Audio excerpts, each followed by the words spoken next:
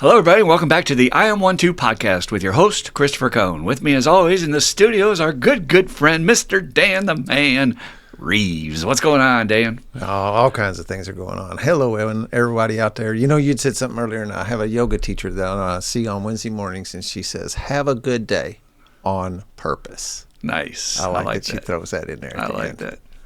Intentional. A lot of things are intentional, even though you don't realize it. So anyway, you guys are wondering, what are we talking about? What we're talking about is this is all about recovery on this podcast. We want you to be happy, joyous, and free. Ask yourself if you were happy, joyous, and free yesterday, last week, the past year.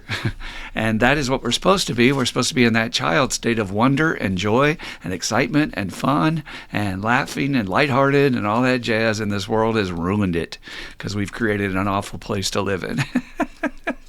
So we're here to help you surmount that. How, you might ask? By getting tools. With the right toolkit, you can absolutely change your entire life. You know, Dan, I heard a famous person, I forget who it was talking about that they put down news for a month and how much better they were feeling by not paying attention to all. And they said, funny enough, even though everybody's warning me, well, how are you going to know what's going on? She says, I know everything that's going on still, but I'm just not watching that crap. Yep. And I'm much happier. Yep. It's helped me a bunch for sure. I haven't paid much attention to it. And if anything big happens, somebody will tell you. Mm-hmm.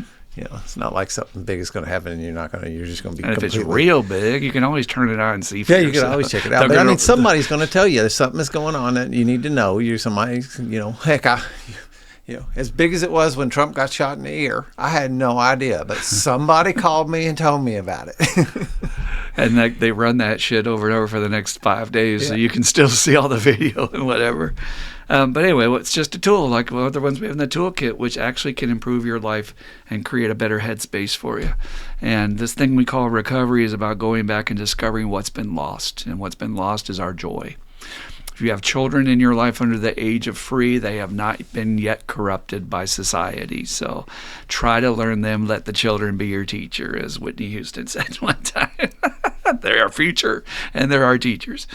All right, so today we're going to follow up on our Just for the Ladies podcast with a Just for the Gentlemen. And I am taking great liberty to call you guys gentlemen, because we need more of those in this world. We need more gentlemen. And I was taught a long time ago, the Southern meaning of true gentleman is not a place of weakness. And that seems to be a weird thing in our culture that, tough guys don't apologize. Tough guys don't admit when they're wrong. That's in our culture. It's in our politics, all the way up to the top. It's goofy. But a true gentleman rises above all and does the right thing no matter what. So if you missed the podcast on the ladies, and if you want to go back and listen to it, even if you're not a lady, I would highly recommend it, because I also think these podcasts serve a use to help better understand the opposite sex. When you got someone in your life and you understand this dynamic of what they're doing that you're like, it confuses you, it might have been something we talked about where it comes from in the ladies podcast. And today we're going to do the same to the men. We're going to tell all the secrets about what I've seen over 22 years of professional therapy experience that I see people coming in and out of my group. The turnover rate's pretty extraordinary, and I would hesitate to put a full number on it, but a good sampling, to use research terms, of themes that have come up constantly when it comes to them trying to get sober and what can get in the way and what challenges that show up the most. And Dan's a great sponsor, and he's seen a lot of people go through his tutelage, and he sure has seen people have a lot of the same common themes and stuff that comes up: jealousy, wanting to mess around with other ladies in the recovery and all that. So we're going to talk about that stuff today and see where it leads us. So just like with the women, and there's a lot of overlapping themes between the two. There's just always a little bit twist to them to be different. But with the men, I talked about the ladies who usually tend to put family ahead of their recovery.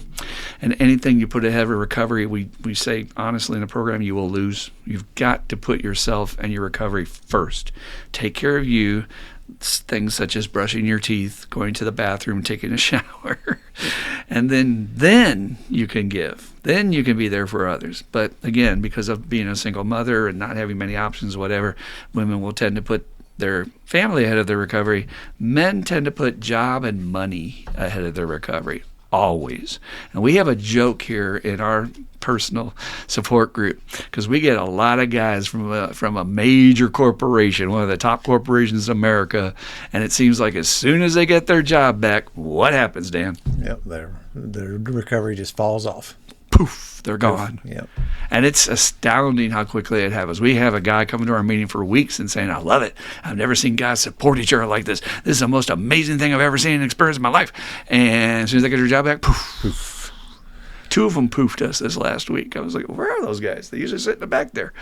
It's this identity thing that a lot of us grew up with as men, that you are what you do. And you're not imagining this. If I go to a party, Dan, and I don't know you, and you're trying to struggle for small talk on what to say, what is one of the first questions you're going to ask this stranger you just met? So what do you do? Exactly. Not who I am, not what I stand for, not what I think, not what my beliefs are, not what I value. What do you do? And that's that provider role. I've got to go out and do something to prove my worth. And that literally is wrapped up with my patients in a lot of this, that they don't have a sense of identity and self-worth if they're not working. And the longer in my group, they get really fixated that they're not making enough money from Sedgwick, from their disability, whatever it is, And it's like, your money is not your identity, buddy. You don't have to always be the big guy, the big provider. I bring the money home. I support my kids, all that. And without that, though, they kind of get lost, to be honest with you, in many, many ways. And I was also taught that after somebody asks you, what do you do? What do they do up in their head after that? What does a guy do? No. I know when I say it, you're going to be like, yeah, you're going to remember. Typically, a guy will put you in a hierarchy, and he doesn't even know where he's doing it. If I tell you, Dan, nice to meet you. I'm Joe, and I'm a garbage man. Now, you're in recovery, so this is different. We don't judge people. But I still think I'm doing that. I'm at some level I'm doing that. I don't know that I can help honesty. That. No, I like it. That's good honesty. So I'm a garbage man. I get put down here. But I tell you, I work for the CIA. Yeah, but I can't talk about it. What are you going to think? Or I work for Anheuser-Busch, and I go to the Super Bowl every year. Oh, shit, he can get me tickets. You're going to go up on my hierarchy. What can you do for me? You're suddenly very more interesting to me, right? Bob Earl tells some pretty good stories about that. Yeah, he does, actually. That's why I got a lot of that from him. And he talks about how the guy, garbage man, he'll slowly slip out of the conversation with you to go find somebody to talk to. The banker? I'm going to know the banker. So that's a thing. And you have to pace that, man, because we all have to work for a living. But if you don't stay sober, you don't keep your job. And so what's the point? You've got to put yourself first, and you've got to let go of this identity that you are what you do. I've told this story before, but for those who are new to the podcast, I was walking in 20-degree below weather in Minneapolis at about 10 o'clock on a January night, and with a guy in my halfway house who looked identical to the Native American dude from One Flew Over the Cuckoo's Nest. He was that big, that tall, and that scary, and you could tell he'd been to prison many times. And he never said much, and I don't even know how I ended up walking with him that night. It was really odd that I ended up with him.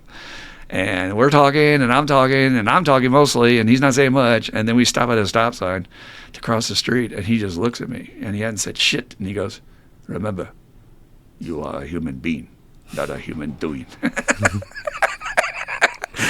that was the first time I ever heard that statement. This is 1983. So that's the first time I heard the statement. It's very trite now because most people have heard it, but I was like, the way he said it and the way, or the source it came from, it really impacted me. And I think in our culture for men, they unfortunately feel if I'm not doing enough, I lose my identity. And when we're talking about this, mention that deficit syndrome thing that you learned about. What's that about? Productivity debt. Okay. Of never feeling like I'm keeping up. I'm, from the moment I wake up in the morning, my to-do list comes on, and I just bust my rear end all day long to try to get that thing knocked out. And you can never get it all done. You never get it all done, and you go to bed with it, the leftover stuff, feeling bad about yourself because you didn't get it all done. You didn't have no chance to get it all done, and you wake up tomorrow with that leftover list and a whole new one to go again, and you just kind of go in debt into that, where you're just constantly fighting an uphill battle. And I've come a long way in that department. I can really resonate with that thought that, I've got that whole productivity thing going on with my dad that I'm continue to work on, that I can't let him see me being lazy. So literally, it's a sense of unease. I'm not complete. I didn't finish what I was supposed to do. Tasks are left undone. It doesn't feel good, right? No, it doesn't feel good at all. And it's hard to relax when you got that. You know, Right. like to try to sit back and kick back, you almost Right. can't. And I still do struggle with that. Great insight. So maybe for our ladies listening, when you're wondering why your man is distant, when he comes home and he looks a little haggard, maybe he's got his self-imposed list going on and he hasn't finished everything and he's not able to give you his full attention. This is something we do kind of do to ourselves. I make a joke in my group all the time about nothing more dangerous than an alcoholic male with a list in early recovery. Because God forbid anything should go wrong. That I got to go here, I got to do this, but there's a line, or traffic backs up, or I'm losing my shit because I'm not going to get everything done. It's like, I don't know if women really have that pressure on them that we do. I don't know if it's the same. Yeah, I don't know. They probably have a similar kind of thing going on in some ways. Sure, when it comes to family things and stuff. Make sure but that the kids' their school lunches are made. And, identity isn't so wrapped in it. It isn't though. so wrapped up in that, yeah. Great insight. I really appreciate you sharing that. Number 2, some of these are very stereotypical, obviously, but it's what I run into: stuffing feelings, the inability to identify and certainly express. And the first obstacle for a therapist is we got to first get them to say, well, what do you think it is? And every time I start talking, they'll be like, well, I think this, and I don't know about that. And they start telling me details about their mom, dad, the cats ate breakfast this morning. I mean, they get off on these tangents, and I'm like, dude, feeling words. Slow down. Stop it. Simple. It's mad, glad, sad. And we actually have these sheets we hand out which have the faces, little smiley faces that show that frustrated, bored feelings, man. And those still are coming from their head. They just don't have the toolkit to be able to express themselves. So stuffing feelings leads to major anger issues, which we're going to get into in a minute. It leads to ulcers. It leads to stomach problems. Leads to a shorter life. And there are actually some advanced therapists that theorize that whether or not men crying or not may contribute to the reason why men die before women do. Because I was taught that there are certain toxins in your tears that are only released when you cry. Your body has no other way to release it. And I was also taught, I teach my men, you have tear ducts for a biological reason. Everything your body has evolved for a specific purpose. There's nothing arbitrary that's on you or in you in your body. Your liver isn't just arbitrary. And so stop judging it from cultural teachings that you're not allowed to cry or express your feelings, but instead look at it like, this is a biological function. I'm supposed to cry to get these toxins out. And stuffing feelings, we know, raises high blood pressure and cholesterol and makes people have strokes and all kinds of horrible things. So not a good thing at all. And so along with stuffing feelings, the next thing we run into is the macho man complex, the tough guy that I got to keep up. Now, I know a lot of you women may be attracted to that, and that's okay. Us guys are certainly sometimes attracted to the bimbo. It's just what it is. It's just that primal shit. But it's very hard to tell a guy to be tough and then tell him to be vulnerable and share his feelings and be sensitive. You're kind of asking for a lot. And we get so much popular culture imagery, as the women do. We talked about women having body issues because of photoshopped models and stuff. But men get that macho Clint Eastwood, John Wayne. And you just told me about 3 movies you watched with 3 alpha males. So I think one was Clint Eastwood, one was Robert Redford, and the other one, wait a minute, Kenny Rogers, I guess you could even call kind of an alpha male, but I'd say Robert Duvall more than that, right? Yep. Okay. It's the only 3 movies I can tell people about. Because you've seen them so many Josie times. Wales, Jeremiah Johnson, and Lonesome Dove. Archetypical male types, though, right? Yeah. Very much so. And so we get all that, and then in addition to that, and this is not faded, is what I'm hearing. Faded is what I'm hearing from my younger clients. Is we get the sissy fear. Is that we get bullied, we get beat up, we get made fun of. If we get hurt and we show it. I remember Bill Burr telling this story about when he was 5. This is hilarious. And he couldn't even believe he was telling it. He's like, I don't care, I'll tell it. He said he got this girl wanted what he was playing with in the playground. They're both like 5 or something. And she comes over and she manhandles it out of her hand. And so he grabbed it back just out of instinct. He wasn't trying to be mean or hurt a girl, but he grabbed it back and he made her cry. So then he's like, oh, shit. He didn't know what to do. He feels really bad. And she took it and she hit him with it. And he was hurt. I mean, it hurt him bad. But he had to hold it together because he's in the playground. So he's trying to hold his head up at a 5-year-old walking across like Opie Taylor, trying not to cry to get out of there so he can go cry. And he said he broke when one of the girls, when he was almost out of there, one of the girls looked at him and said, "She shouldn't have done that." And he just went, and the guys never let him live it down. Yeah. And he was only 5. Now, this pressure that men are under to hide that, you would think with all this talk about now we let males express themselves and men can be, more at their feelings.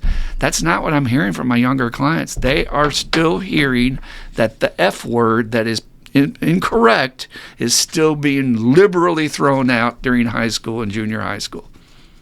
That's what I'm hearing from my younger clients. And I thought that was like verboten. I thought that was like the other word we're not supposed to say. No, it's all out there. So this pressure we're under, ladies, you need to understand, you're wanting us to drop all those guards, but we know that to drop those guards means you're not safe. It means you're going to get the shit kicked out of you.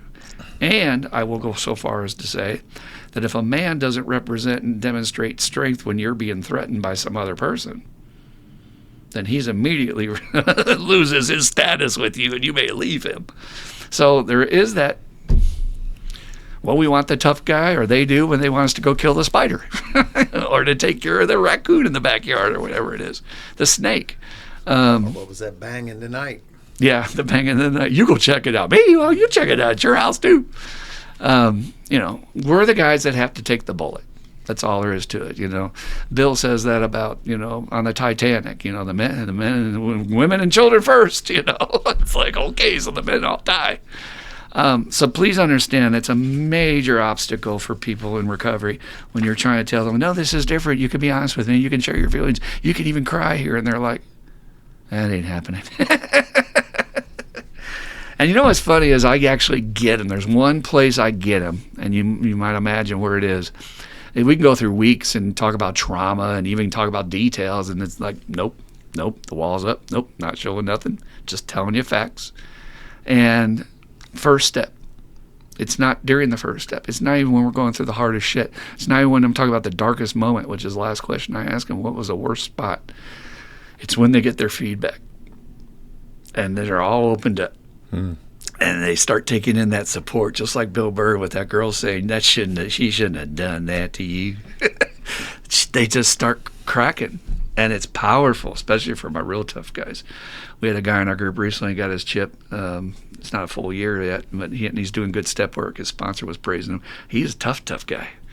And when he opened up and busted, it's extremely moving for the group. But I guess what I'm saying is you got to give us a lot of patience with that, because we have more programming than you can imagine about don't do that. Men don't do that. Nope, be careful. All right, here's another one that we're programmed with. Dan, how hard was it before this program for you to ask for help? It's impossible. And yet, did you not have your wife yell at you when you wouldn't stop and ask for directions? Yep. She doesn't understand. That's vulnerable. Yep. We can't be vulnerable. Need no help. I don't want to look like I don't know what I'm doing. Yep. I'm never going to admit that. Can't be caught not knowing what I'm doing. Nah. And we got to be self-sufficient. That's the other deal. Be independent. Be a man among men. You don't need anybody. Don't lean on anybody. Be self-sufficient. How much of that did you get? Yeah. From culture or whatever? Sure, yep. I mean, John Wayne riding off into the West, he don't need nobody to hold him up. What are you talking about? And so in addition to that, hard to be intimate, and especially with other men. Now, when you came in the program, we all know that with newcomers, there's a stunning moment for them, especially in our group, when they see a guy get up in a burning desire and he drops a bomb of truth of what he's really struggling with. And the newcomer's on pins and needles. He's like, oh, fuck, he told the truth. He said what was really going on. What the fuck is going to happen next? Because he's used to getting beat up.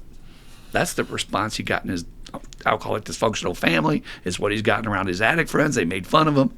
And what he sees is men reaching out, supporting men. And how moving is that to our ladies who come and see that? And they said this past week, this men's group has almost given me more than my women group have in my recovery. That was a powerful statement this past week. But for you, when you came in and you saw these men opening up to other men, had you ever seen something like that before? No, not at all. What'd you think? It's scary at first. You know, you don't know if you want to be part, because I not see that too. And, you know, it's interesting now to be around for a while and watch people's reactions to it, because some run, right? They're freaked out. Like, if we got vulnerable, then the touching's coming next, and I ain't being touched by no man. Yeah. But you do, if they can be open, you know, if they're, you know, I hate this word, if they're ready, you'll see this like relief though, like, oh, okay, all right, this actually is what I've been looking for. You know, then you can see them like, oh yeah, okay, and then sometimes they'll even, you know, sometimes some newcomer actually express that out of the gates of like, wow, I've been looking for this. Mm-hmm. And it is rare. I mean, I see men bonding in bars over sports, as I've said before, or over activities that they're into, you know, or hobbies. Hunting. You know, talk about their motorcycles. Yep. But not feelings, for God's sakes. So we're a little stunted, ladies. Just treat us like special ed kids. We need a little bit more love, tender care. Not people in recovery, though. People in recovery can share their feelings real good after they've done the steps, but before that, it's just foreign to us. Don't beat us up on it. We literally don't have that toolkit till after recovery. And so here's another one that men tend to do. We talked about with the ladies how they will get together in groups and kind of pick apart another lady. Men do this in a weird way. Men are constantly in some sort of comparison and competition with other men. And they're doing a lot of it internally. Now, they may take you down a few pegs to the side with this other guy, but a lot of it's all internal, like, okay, that guy, and I don't know about this dude, and, you know, and they're eyeballing the room. And I've been taught it's this alpha male syndrome, that it's deep in our blood that who's running the tribe. And if there's somebody running the tribe, then they're going to be challenged. And this is actually in the animal community. If you watch apes, chimpanzees, and gorillas, the elder ape will get challenged, and he has to put that shit down hard, and he'll put it down fast. Because if he doesn't, you've got a whole rebellion on your hands. And same deal with strong leaders. That's what they do. If they're smart and they're dictators, they'll shut that shit right off because you got to show them who the leader is. So I didn't feel a lot of that because, again, I didn't have a father in my life to really give me that male stuff. I was raised by women, which is an issue we're going to talk about in a little bit. But I watch people in the group kind of vie for that alpha position by throwing out sarcastic remarks. Or they try to take you down a peg or two by, you made a joke and were honest about it, and then they may have to make fun of it. And I think sometimes they had to make fun of it because they were uncomfortable with the intimacy. But I also think it's a jab to take you down because then I get raised up because everybody liked my joke. Does that make sense at all? Yeah, it does. Now, this is obviously true when men participate in sports or any kind of competitions. When you're fucking shooting your arrows with other dudes, you want to show them a perfect shot, right? Yeah. Yeah, of course you do. You don't want to like be the guy that went way off the thing, right? Yeah. Where does that come from, do you think? Have you ever had any thoughts about that? You know, I think it's some more of that baked in stuff. It's the evolutionary kind of stuff to where we've had to do them. Not a lot different than those apes.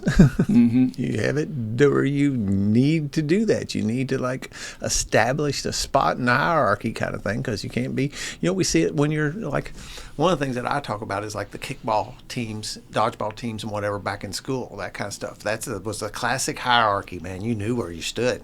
And if you were the last guy standing on the sidelines, man, and I remember, and I do, I remember having a heart for those kids, man. I was lucky, fortunate, whatever, you know. I was not the first guy picked, but I was up in the top of the pack most of the time, and you'd see those ones, man, and they would get picked last. And I'm pat myself on the back a little bit, but I honestly did this, man. When I was the team leader, I would pick one of them kids in the upper ends of things, man, because it broke. I'm tearing up. I'm thinking about it now, man.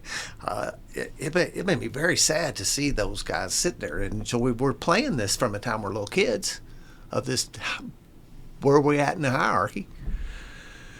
That's the magic when guys get real about shit. I love that. I don't see you cry a lot. Yeah. Juice. I got a tear story to tell in a little while when we get around. All right. There's a little teaser for later, guys.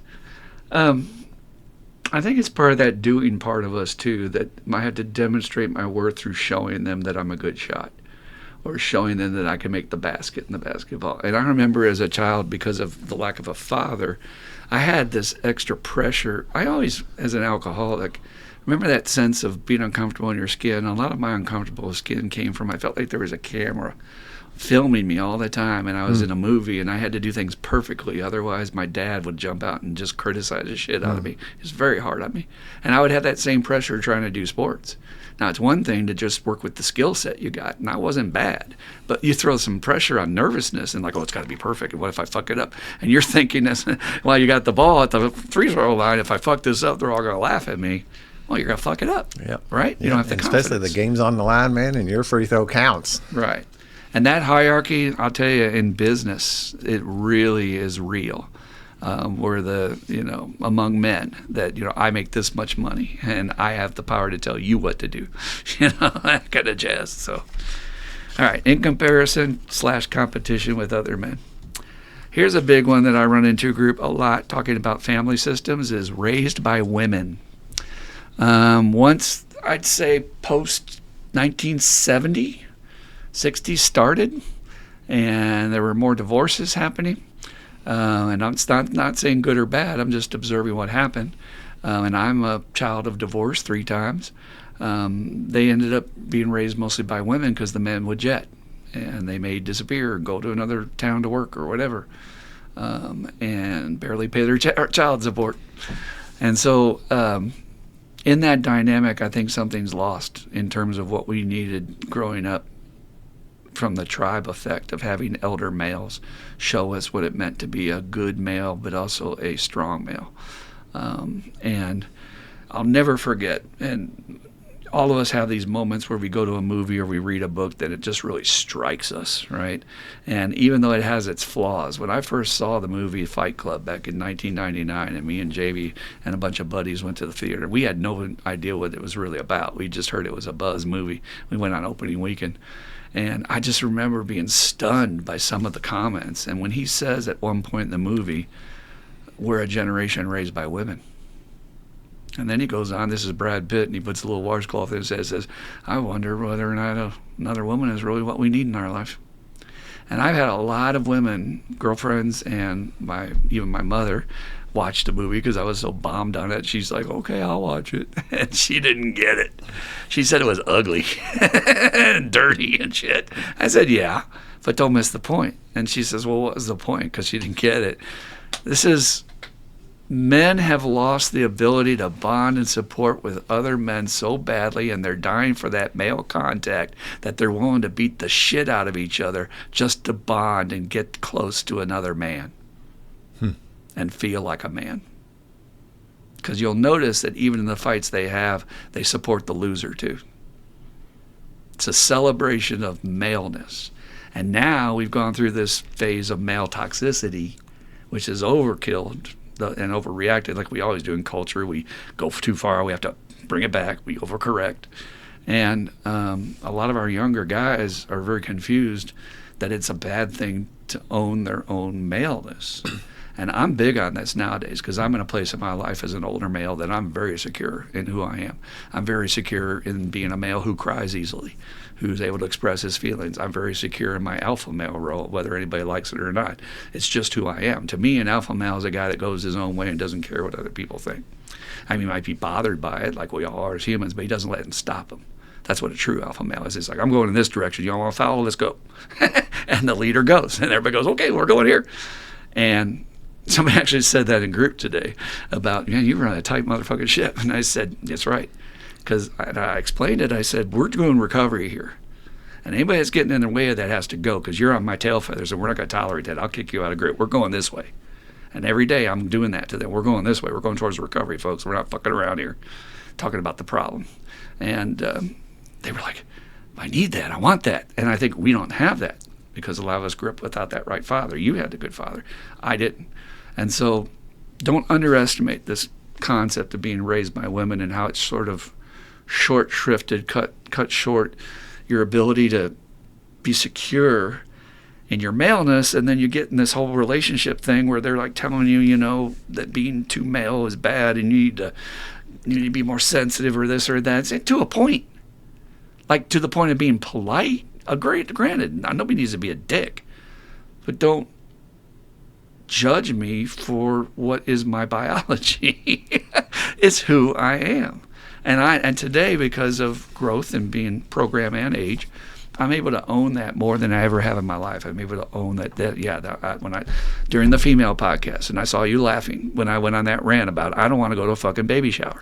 But how many guys do we know in our group right now that are conceding to do things with their partner that they're secretly saying, I dread this. I fucking don't want to do this. Well, why didn't you tell them? Oh, I'm keep the peace. Happy wife, happy life. Any thoughts? Yeah, I agree. I see it all the time, But one thing, our group is also, I see the other side of it, man. I see dudes who are standing up for themselves, and because of recovery, they're able to say, no, I don't want to go do that, and bow out of it, And you kind of look at that as a measuring stick of where a dude's at, where that used to be what they did. But nowadays I see them saying, no, I don't want to do that. I'm not doing that. And so for those who are doing recovery, we're not talking about being resistant or being a dick. We're talking about setting a boundary and speaking your truth around that. And it's not that they don't do anything. Of course they're not just shutting the door, but they don't, I don't want to go to the gender reveal. There's a line. They're saying there's a line. And I see so many of our friends that are caught up in family event after family event. It's like, what'd you do for yourself last weekend? Yeah. When was the last time you went out with your buddies and did something, or went hunting, or just whatever you want to do? Go ride the race cars. I was listening to another group of men talking just last night about he's jealous that he goes out to a restaurant and he sees a lot of groups of women going out to eat together, and he doesn't see men going out to eat. Now, this is nobody in recovery, so he doesn't know what it's like with our community. But if you look around a restaurant, do you see a bunch of guys together unless there's a game involved? Or yeah, right. Yeah, it's usually, and if it is, it's usually like a bar kind of thing, drinking event, that kind of deal. Mm-hmm. So I'm all about, like I said to the ladies, so fair game. If the ladies, I'm asking you to support each other to build a stronger female community, I want the men to support each other with this. And talk about it is the first step of that. And that's hard because what you literally have to do is admit to somebody, whether it's your sponsor or whoever's safe for you, that maybe I don't feel secure telling my truth. Maybe I don't feel that I can set a boundary, that there's unequal power in my relationship with my lady. And I don't want to admit that because I'm a man, and a man would never admit that a lady controls me. But we see it. Yeah. We already see it. You're not admitting anything. We don't already know that's happening. So... I'm not going to admit it to her. No, that's not the point. The point is we heal each other. Yeah. Just like the ladies healing each other. When I said the trauma victims and Me Too movement, same deal with the men. Have we not healed each other in our group? Sure, yeah. And have you not heard every single partner of all the people who have real recovery in our group say he's the best version of himself and I'm more attracted to him and our relationship is better than it's ever been, correct? Absolutely, yeah. Did we not hear that Tuesday night? Yeah, yep. Yeah, what I was meaning was I hear guys talk a big story out, away, but then when they go home, that's not there. They talk big away from her, but then when they go in there, they're not walking the walk. They're out here talking to me. I don't know what comedian it was I saw did this whole routine where he was like, man, I don't need that bitch and blah, blah, blah, and I'm doing this and this. Oh, hey, honey, what are you doing? I'll be home on time. Yeah, sure. Like I say, man, no woman controls me. All right, let's get to the big ones here and we'll wrap it up. Anger issues. Why? Because of stuffed feelings. Men are only usually allowed to express anger in society. And the only time I jokingly say I was taught a man can cry is if he's a veteran and he's at the Super Bowl and the Jets are flying over to honor the fallen dead. He's allowed to shed one small tear in his entire life, and that's all he can express. But the anger issues are usually, as I was taught by my supervisor when I was my best supervisor as a therapist, it's undiagnosed depression. That underneath that are feelings that they're not allowed to express, so it just comes out like, bark, bark, bark, bark, bark, and short fuse, and just let it out. And there's way deeper. It's like that's the tip of the iceberg. Then all that stuff under the water is a big part of the iceberg. And we're not allowed to express it. And we're not allowed to say that we're weak or we're scared or that we're lonely or whatever it might be. So barking about it at least lets some of the pressure off the valve. It doesn't give full solution to it. But if you have a male in your life that has a short fuse and gets angry over small shit, you might want to look into him being diagnosed as, unmet needs that he's not dealing with other feelings he's got, but also particularly undiagnosed depression. And like I said, my supervisor said it was a constant in the anger management group he ran for years and years. It was like almost 90%. I was like, wow, that's severe. And these are people who have been legally mandated to go to anger management. So these are the really angry people. All right, Dan, you want to get to the meat of the matter here? We always got to have a big finish. Oh, we're going to talk about it. Unhealthy sex behaviors. No, you ain't never had none of those in your life, I'm sure. No, Dan. All right, so how do we begin to explain this to the ladies or to other people? So, like there are any other people besides men and women here. Well, I know there are, but let's not get technical. I plead the fifth? No. I have a crude way of explaining it. If you're willing to sustain the truth. I've had many women, I couldn't even put a number on it, throughout relationships, and I've known over the years, who have said to me, why are men so obsessed about sex? Have you heard that question before in your life? Sure. How do you answer it? I don't know that I do answer it. You just smile and go, Well, I explain it to ladies that, if you had a clitoris that was 6, 7, 8 inches long, hanging down between your legs all day, and every slightest movement was stimulating and touching that and rubbing against that, it reminds the brain that it exists. And the brain goes, oh yeah, I haven't had sex in a while. Oh, and the longer you go without it, the more that son of a bitch is talking to you, and the more sensitive it is. And you ladies already know this. This is nothing y'all don't know. You are experts at working a man and getting him interested with one touch or one rub up against him. And it's just what we have. It's just differences in biology. Yours is a little more hidden. Ours is a little more out there.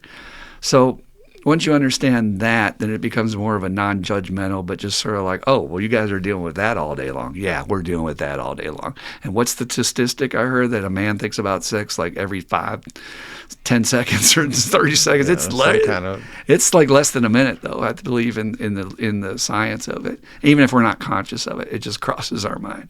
Or every man is also evaluating whether or not he wants to sleep with a woman that he's dealing with. I mean, that was the whole joke about the movie When Harry Met Sally.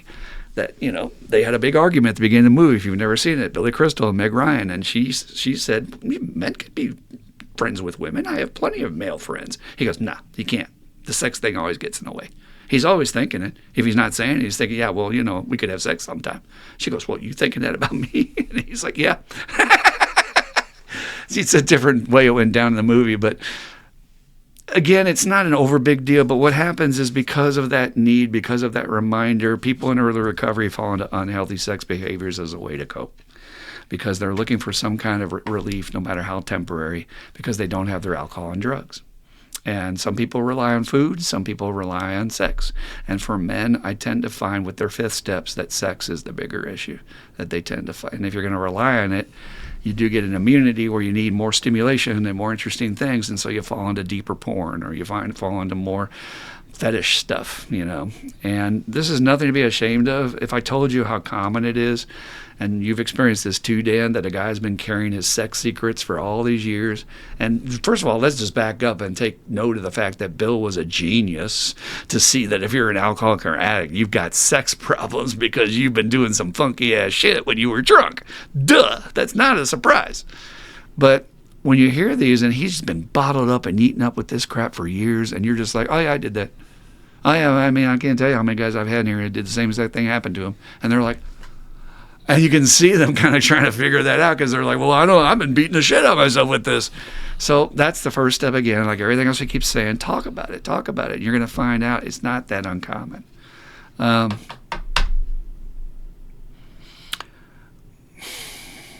also wonder, too, if men, being the hunter-gatherers, are more willing to go out there and experiment with different things. So just to be crude, well, if I stuck it in this, I can stick it in this, and I stuck it in that, and I can stick it in this, and let's try this, let's try that. And when you're a kid, who knows? It's stories I've heard, right?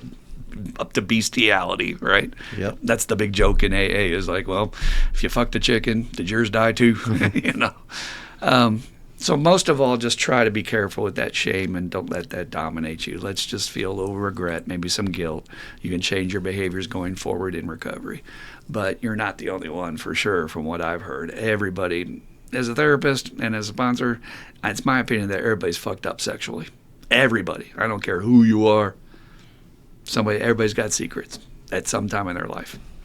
So don't let it make you feel less than by any means, and talk about it, especially with your sponsor. Your sponsor probably could curl your hair with some of the shit that he's done in his early recovery, and you think you're the only one doing the goofy shit behind his back and thinking he doesn't know about it. And then while we're talking about not talking about those sex issues, let's talk about the main elephant in the room: secret sexual abuse.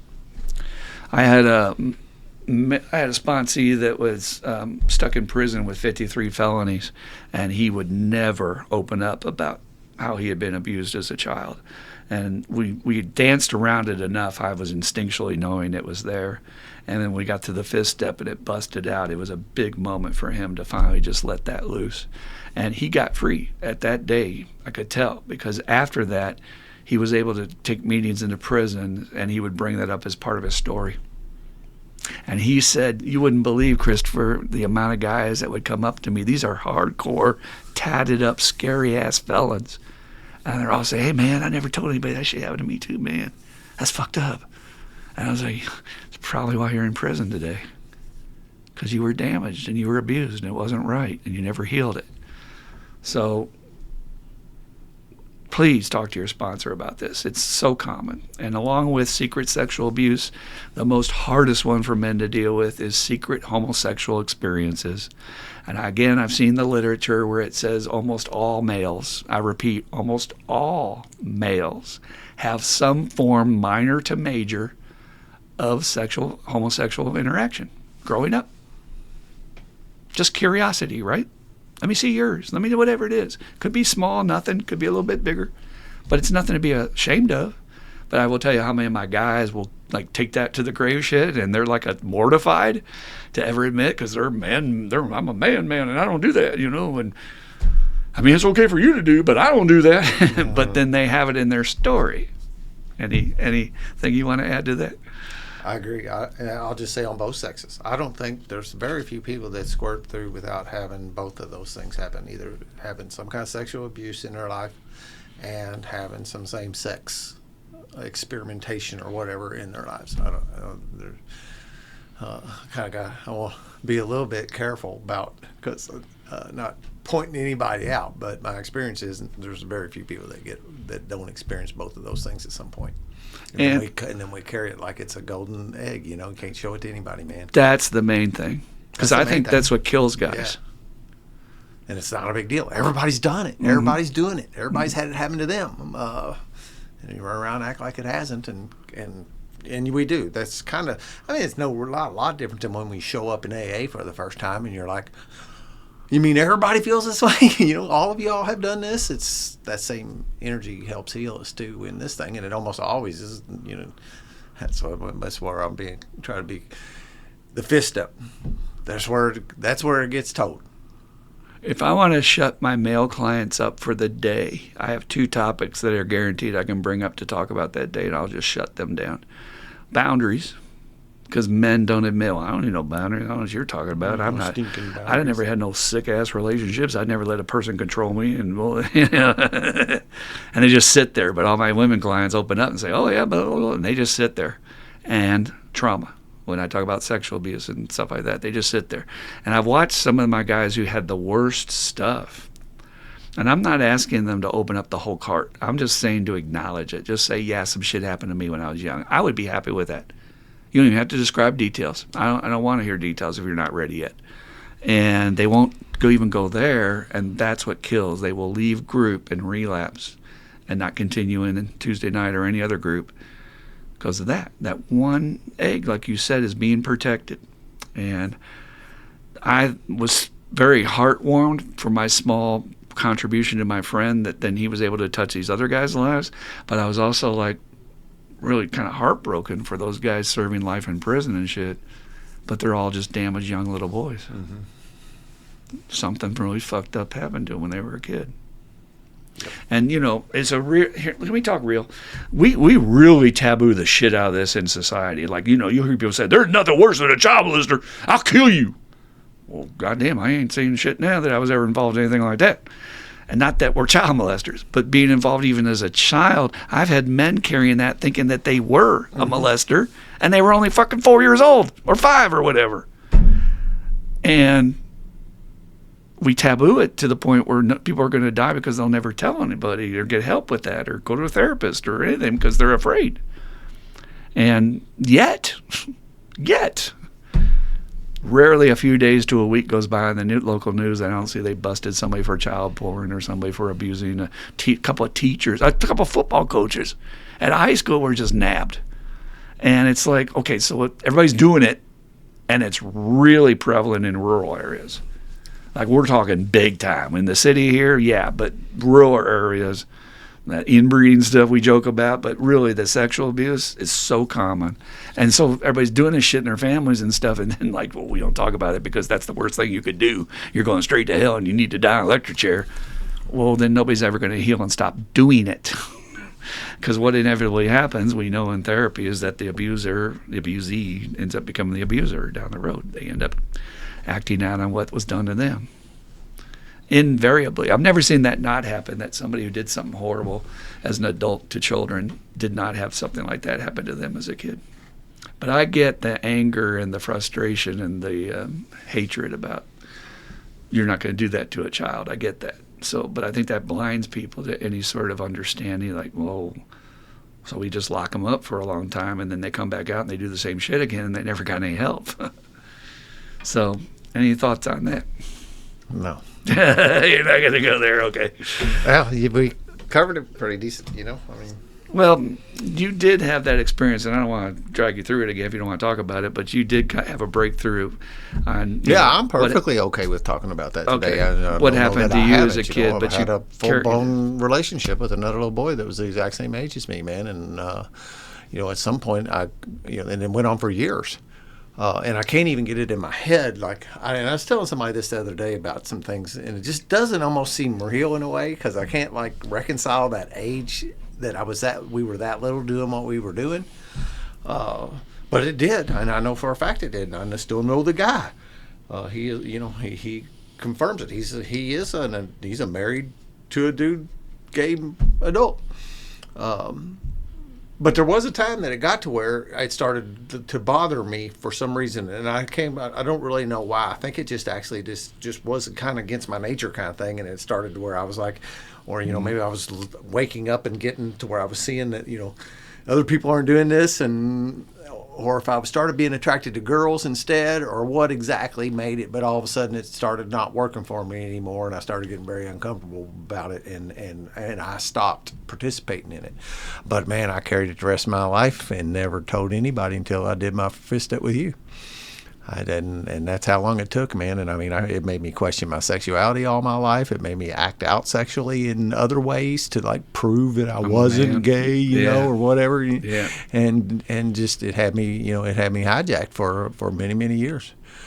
Today, I talk about it pretty freely and have told, talked about it quite a bit. And I've done additional work on it because, I've healed from it greatly, but it's still got some, some of these things I don't know, and I think Bill even says it in some 12-step stuff. You don't ever really totally maybe get off of some things. You don't totally 100% healed. And one of the things about that is that you keep it so that you can help somebody else. That's why higher power lets you have that little seed of it that you keep for the rest of your life. But I've done additional work on it and other things like Mankind and other things like that, and I allow myself to cry over it. And there's a little bit of a I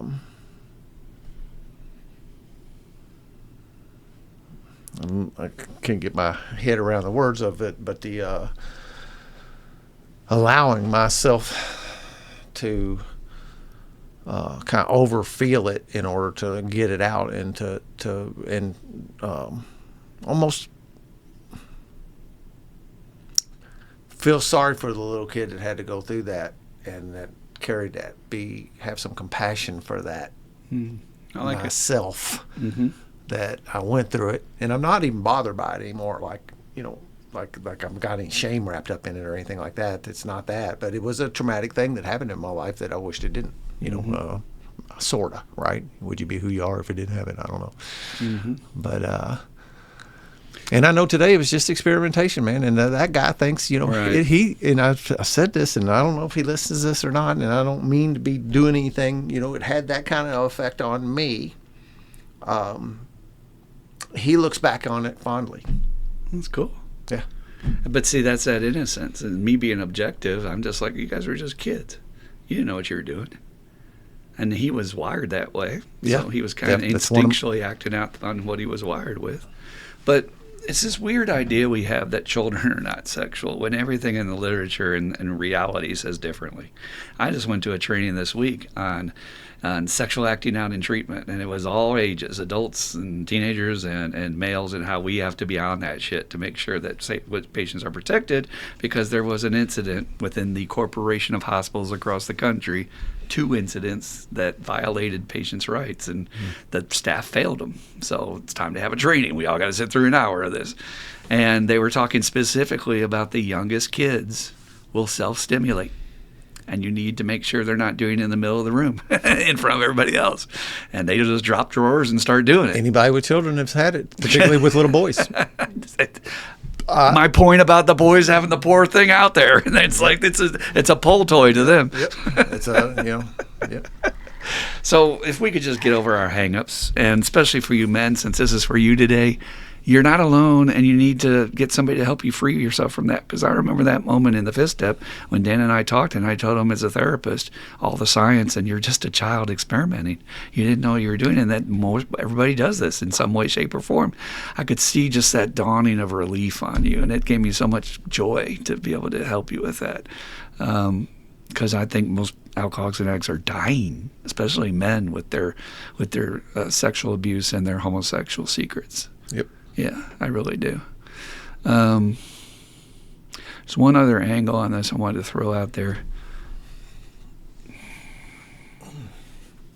It'll come to me in a little bit. Anything else on your side? Just in general, or on this particular topic? Just in general. In general, I had to come. I like when somebody asks me, "What do I do?" Especially if it's the right kind of atmosphere, because I'll tell them what I do. I do recovery. Now, to keep the lights on, that's a cool answer, and to pay the insurance and to do all that, then I do this, But that's my side hustle. This is what I do here. What a great way to slip it in the conversation, because they're going to say, "What's recovery? What are you talking about?" Right. Yeah. And some of them know, and some of them don't. Some of them will ask, and almost invariably, and dudes at work, well. I guess there's got a bunch of people that have been following me since I left there too, at some level, because they know my podcast, and they know both of these podcasts, but they know the Spiritual Underground podcast because I was doing it when I left there, and I was open about it, talked about it. So people have been listening. Some guys have been listening to it the whole way through. I had no idea. That's pretty awesome. Yeah, dude. It is pretty cool. So, I post them pictures of those numbers on Facebook a lot of times, and I don't say anything about them. It's just a plate full of numbers, and I'll say January or May. That's all I'll say. And the people that know, right? Mm-hmm. But there's a guy at work. It was, he and I had no idea, but he talked to me about, he said, "Man, I show my dad them pictures," because he's in recovery too. My dad's been sober for so many years and all that. And he said, "Man, I just love it every month when I see that picture roll through Facebook with those numbers on it." And it was out of left field, but I like that. The thing with the tears, and you talking about the toxins or whatever, Scott was talking to me about that. And when I went down there to do that grief and anger workshops with him, he got me to cry on both of those things, not really, that sounds funny to say that, but we did some work that resulted in me crying pretty good. And one of the things he said, he always has something right. The 11th commandment, thou shalt not sniff.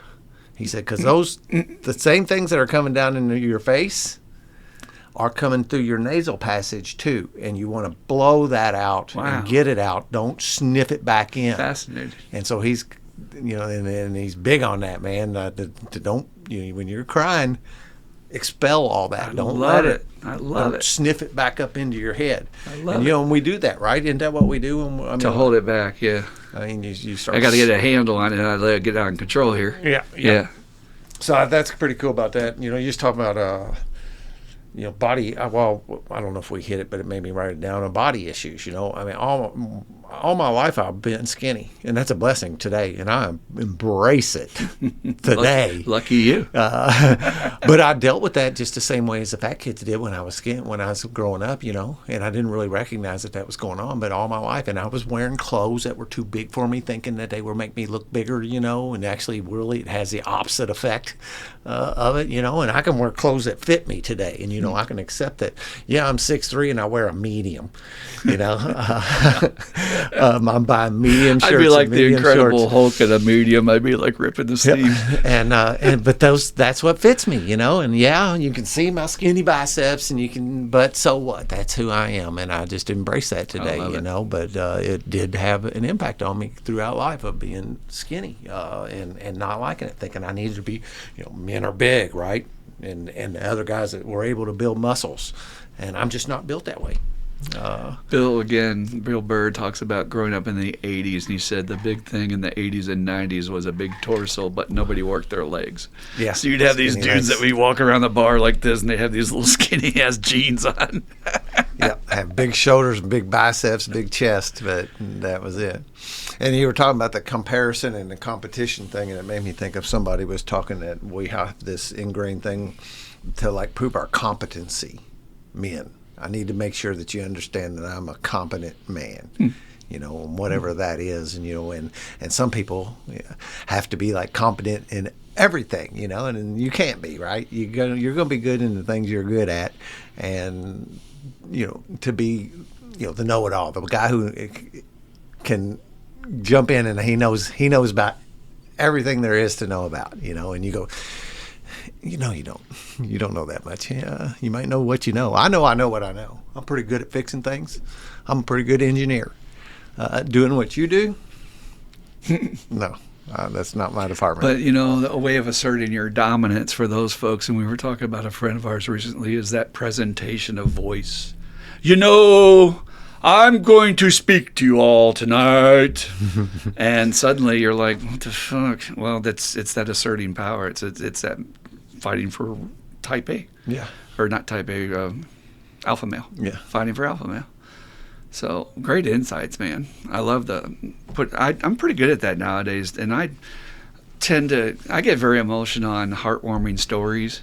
I'm an old dude, but I do watch a little bit of CBS Sunday Morning, but I only watch good stories. I don't waste my time with most of the garbage that sometimes they're having on there. But there's this guy named Steve Hartman, and Steve Hartman is like an angel. This motherfucker has been doing this his entire career as a journalist, is he finds these hometown stories of people doing good. And last week they had this story about this dude that he works with special ed people in his spare time for his service work through his church. But he wanted to teach his young boy about it. And his boy's only like 8. And he started getting his young boy to do it, and his young boy loved it and loved making friends with these guys because they're so open and they're so genuine. And when he came to his dad, and his dad said, you can have any kind of birthday party you want. What do you want to have? And he says, I want to invite all my friends from the special ed place. And he tells these stories every week, and every time they get me choked up. But I'm pretty good at running afterwards and spewing that shit out in a tissue instead of sniffing it back. And so don't be afraid to cry, guys. If you have trouble with that, my advice, the simplest way, is to close the curtains, get alone, nobody can see you, get a box of tissues, good ones, not freaking toilet paper, and put on some movie gets you. It can be Brian's song where the football guy dies. It could be the Marmee and Me or whatever where the dog dies, or the fucking kid gets cancer and dies, whatever hits you. Old Yeller. Whatever hits you in the spot. And just bawl. It don't matter if it's related to what you've got to bawl about. You're still expelling those emotions and letting the steam off the valve. And that's a great place to start. Once you start crying, it's easier to do it as you go along than trying to start it in the first place, right? Yeah. Keep it going. That's kind of Scott was coaching me to keep going, Nice. keep going, And it was really, and those were a couple exercises, that worked on me. One of them was actually writing. And he had me write, and when I'd start, he'd question me a little bit and get my, today I can let myself do that, right? I can get into the moment and not hold back and not have to sit there and play tough guy, or I'm with like one of my all-time recovery heroes. I'm gonna walk with him. I'm gonna go down the path with him. And the other one was that exerting that energy was with that wiffle ball bat and into that pillow and stuff. And just and exert the energy until the tears came. Mm-hmm. Both of those things worked wonderful.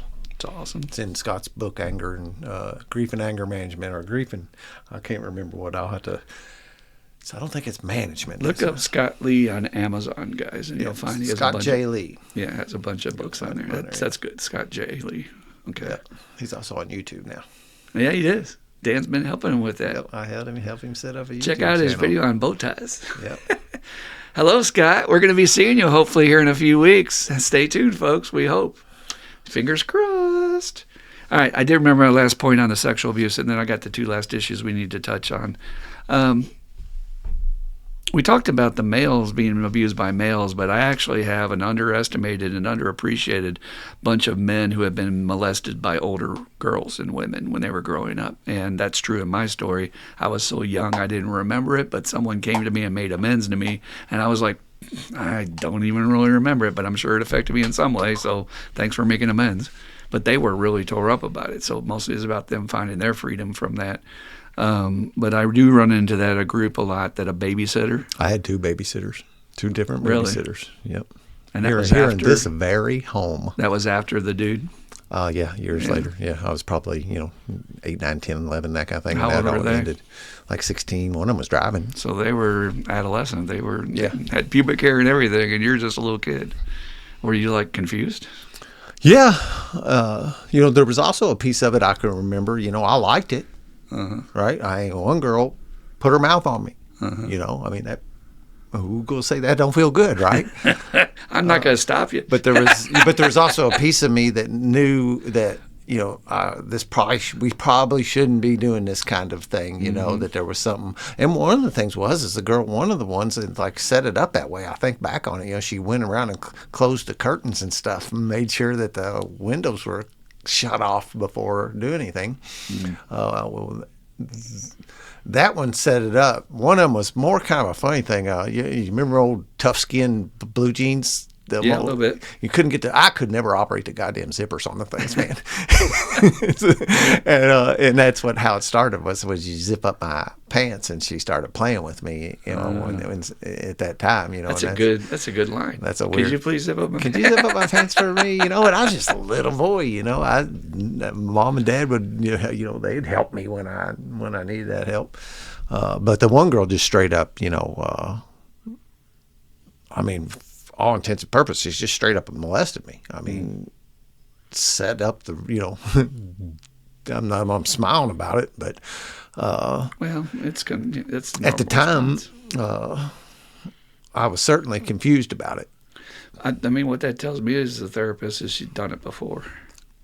If she was setting it up and doing all that pre-planning. Yeah. And then it's a little weird. She went on to be a school teacher. Ooh. I know it. Hope she outgrew that. Hopefully that was on her inventory and she's free of it today and it no longer is part of her life. But you're right. And the other thing is the physical abuse by women on men too. That's something that that I know more about. Men will never tell you about. Yeah, right. I run into that in group a lot. If you can get it out of them, it's very hard to get it out in that early in recovery. All right, so with the women, we ended on talking about that through all the research, the literature says that if a child has a major issue, some kind of major conflicts with their same-sex parent growing up, the odds are astronomically higher that they're going to fall into juvenile delinquent behaviors, but mostly alcohol and drug abuse, things like that. At-risk behaviors is what they'll fall into. And so that's true with men, too. I run into almost every man in my group has had some sort of issue with their father. It may not be major. They may have had a great dad. It could be that their dad was there for them and provided for them and maybe even told them they loved them, but they still didn't feel a closeness because dad wasn't able to open up emotionally because he wasn't taught that way. That's just not the way men operated back in the day. So it can be, when we talk about recovery being, I'm trying to use to deal with my feelings, but I'm also trying to deal with my unmet needs. I would put that in a category that gets undervalued, that men will say, but my dad was fine. He did the best he could. Yeah, but there's still going to be something that you just didn't get what you really needed or what you wanted. And that's okay to say that. He could have been perfect in every other way. So we got that. But what I run into the most is this opposite sex parent issues. And we talked about with the ladies how they will get into these daddy issues and their bad choices in relationships. Well, men, I'm telling secrets here. I got to be careful. I'm going to lose my card-carrying man club card. We will take out our aggressions on women when really we're angry at what our mom did to us. And I've seen that a lot. If you get a serial dater, a misogynist, a player, and you really get to the root of why they're doing that, it's not just the sex, and I like feeling good, and I like having a lot of women on a chain. It's anger. They're really acting out some sort of payback for maybe control. I'm not saying there was any abuse. I'm not saying there was anything sexual. Maybe their mother was very controlling of them. Maybe their mother tried to put too many limits and then let them develop their masculine side enough. The one I run into the most when I talk about women raising men, and we were raised by women, is that, and I'd experienced this in my family, that my mother, when she was without a partner, would use me as a surrogate partner. And that's one of the most common dynamics in an alcoholic family system for adult children of alcoholics, is you become the man that's not there. Well, if you're going to be the man that's not there, but they have control over you because you're young and you're growing up, they're going to try to shape you into the kind of man they want you to be that they couldn't get out of their partner. So you're going to sit here and you're going to listen to me and you're going to give me all of this attention and you're going to give me feedback and really care about what I'm saying, because my partner wouldn't do that for me and he's gone now. But you'll sit here and listen to my woes that I'm lonely and I don't have a man and and I'm struggling and your father won't pay the alimony, and I got to hear all that shit. And I thought as a child, this is good. I'm fucking being appreciated. I get the cool job. I get to grow up fast. All kids want to grow up and be cool. And my mom said maybe she loves me more than she loves my siblings, because we get to share this secret relationship. And it's really interesting, I think, when you look at spirituality, when they talk about that we come back into each other's lives in other lifetimes, and in the past one you might have been my mother. I don't know. Maybe my mom and I were partners at one time. But I do know one of my mom's biggest bedevilments that I'm not sure she would admit to with my father was, I believe he was the first man she ran into that she could not fully control. My mom is a control freak, and she's 90 still to this day. And we went to the movies the other day, and I'm amazed at how strong it still exists. Because I took her to the movies, we went to see Superman, and I said, trying to get her some popcorn, and all she's got to do is sit back and enjoy the ride. And she's like, well, Superman movie's over there. And I'm going, Mom, the lady said so. No, I'm telling you, the Superman movie, look, it says right there on the board, Superman, 1:30. I said, Mom, showed her my phone, we're going to the 120 in Theater 9. Theater 9 is that way. You see the sign over there? And she still just wouldn't believe it. So I think the dynamic between my mom is he was the first man she really ran into. When push came to shove, he might have put up with shit for a long time, but he was the first man that put his foot down and said, nah, I'm not doing it your way, I'm doing it my way. He was too strong. And I think she resented that. I think also she used that, well, I can control him. Now, this is all unconscious shit. People are not consciously getting up saying, I'm going to do this to my son or my daughter. But these are the dynamics in sick family systems when you fall into being a surrogate parent, and you get very confused. And then when your parent gets their next relationship and they desert you, you get abandoned. It's like you've been jilted. You've lost your job. You're no longer important. You're going to get all the attention. And what do we see? That 11, 12, 13-year-old young child will now start acting out to get attention. He'll start doing wrong. He'll start fighting with his stepfather. He'll get some attention one way or the other. He'll resent the stepfather for no reason, if the stepfather's cool. And so, getting back to my point, I've observed that I think a lot of men that are players and really treating women badly it's out of working out their anger issues against their mom. And I'm telling you, not only that, but we also have a lot of men in our support group and in our extended family that are allowing a woman to run the show, and that's more of their mother is playing a role in their life because their mother was able to do that, and now they've got themselves in a relationship where their partner is doing that, and they're not putting their foot down. And, me and Dan wanting to support them, we're like, hey, you might want to take a look at this. You might want to consider this. And they get defensive and they shut down and go, nope, no problem here.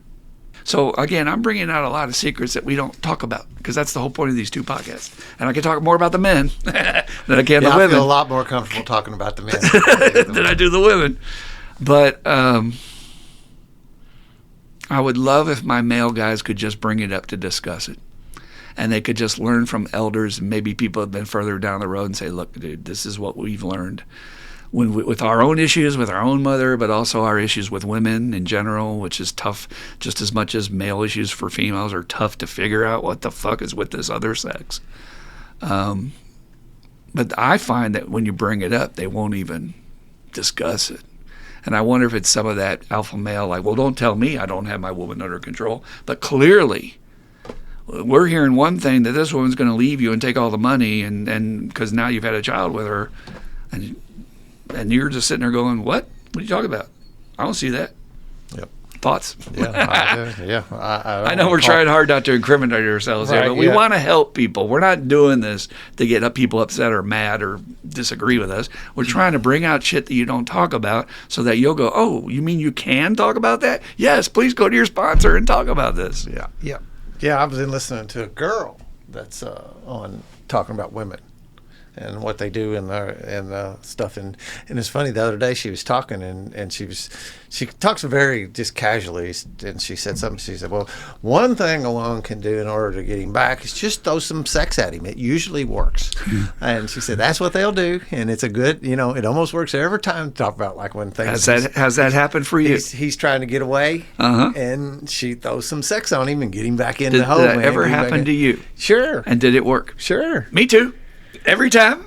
I'm not turning it down. I mean, I can think of a couple times where I did put my foot down, but and wasn't going to go there because of that. But most time, it's like, okay, that's enough. I can be mad and in a relationship or whatever, and throw that on me, and I'm back in. Mm-hmm. And I've seen that happen pretty drastically lately, which was shocking to me almost. Well, it's very difficult to develop yourself spiritually and to grow.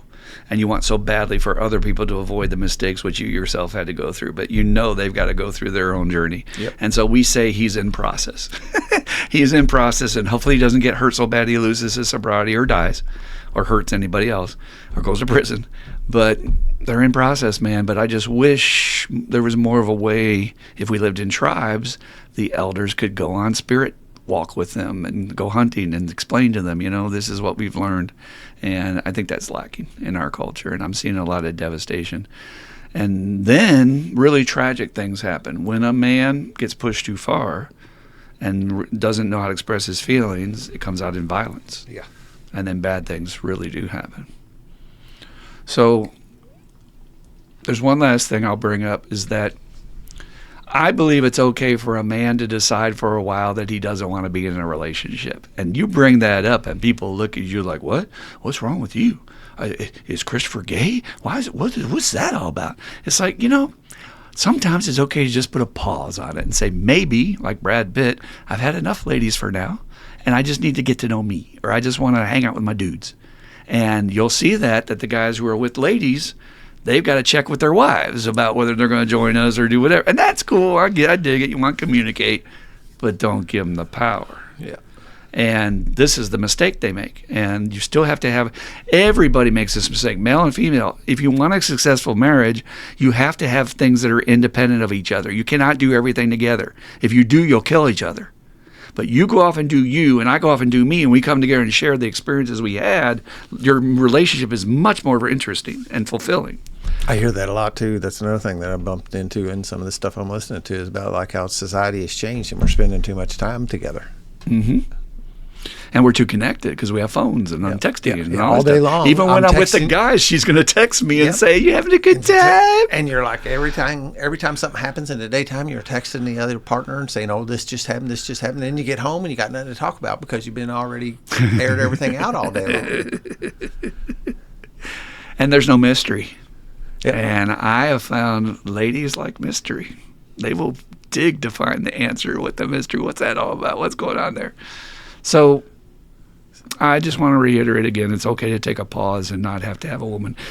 But if I bring that proposition up to a newcomer in my group, they cannot even relate. They're like, what are you talking about? I always have a woman with, even if it's a side piece. What are you I've got at least 3. And I'm like, yeah, but is it helping your recovery? Is it helping you to get to know you? Yeah, it's making me feel better. Yeah. It's a drug. I'm not doing drugs, so you know. It is wild to watch these guys that we talked about codependency on the women's side of it, but it's... Or serial marriage. Like, you just can't be without one. You're going through a major-ass divorce. You're being ripped over the coals. Everything is fucking... You're being raped by this person. And then you're all gung-ho to get right back into another relationship. It's like, whoa. And then you're going to repeat the same problem. So I guess what I'm saying about my boys is you guys are kind of like the ladies in that. When you have an abusive relationship and then you can't wait to get in the next one. Well, slow down, Hoss. Just take some time for you. You don't have to have I was damaged by my 2 parents in that my mother gave me the image of Walt Disney. She wanted Prince Charming to come rescue her, Cinderella at the ball, be pampered and treated well the rest of her life like a queen, and she was pretty good at getting that. But my father was a very independent, very stylish, dated Sports Illustrated models because he was in the field of advertising and hung out with them. And I was very, could never measure up to his image. He was a man's man. He was very masculine. And some of those guys just have that Steve McQueen mystique. You're just like, God damn, where are they fucking born with that shit? And so I was always confused about, well, which path do I take? And where's me and all that? And so I've always had that image that I had to have a woman to be a man. I had to have this eye candy to show you what I can get. I went through huge stages of that, and I never... I betrayed my own values because there were people sometimes I wouldn't have normally been involved with. But because they look good or they got big titties, hey, we're going to hang out. But it was more about getting approval, getting acceptance from others. Look what I got. You don't have that. Yeah. And I'm so grateful I don't need that today. But I just want my guys to know that there are great joys to be taken from getting your independence back and being able to say, well, it's Saturday night and I can do whatever that I damn well please. I don't have to run it past anybody. I'm not accountable to anybody. I can come home anytime I want to. And nobody's going to be worrying about me or saying, where you been? And there's benefits to being in a relationship, but God, there are so many great benefits to not. What would you say on that? Same. And I've checked that box, and I was married basically we were together 25 years, married for 17 of that. So I don't feel like I'm missing something. I know some of my guys feeling like their life is passing. That same kind of thing about the women focusing on their career and their childbearing years. Is some of that same kind of thing ends up on the other side of the plate too, where dudes are in their upper 30s and they've never really had anything but some girlfriends, and they're looking for that marriage thing and maybe even have some kids before the clock completely runs out here, and I can get that. And I guess at some level, I feel pretty fortunate. I've had both. I've been able to have both, and right now in this season, I love my independence. I do love it. It was hard though, I went through a few years. It was still looking, was still hungry for that. I still miss intimacy and stuff like that. I don't know, I still desire that. Sure. But I don't think I'm ready to trade my independence for it at this moment. But I like the way you just said that, and that's a great way for newcomers to look at it. Seasons of your life. And it's not just 4, like the 4 seasons of our nature, but being able to go through different phases and say, I'm not doing that for now. I have never closed the door that I'm still not going to find the love of my life before I die here. Who knows? Anything could happen really on any given day. But I might date a girl for a couple years. Right. And or you might go to a yoga class tomorrow and someone comes screaming into your life again. Yeah, right.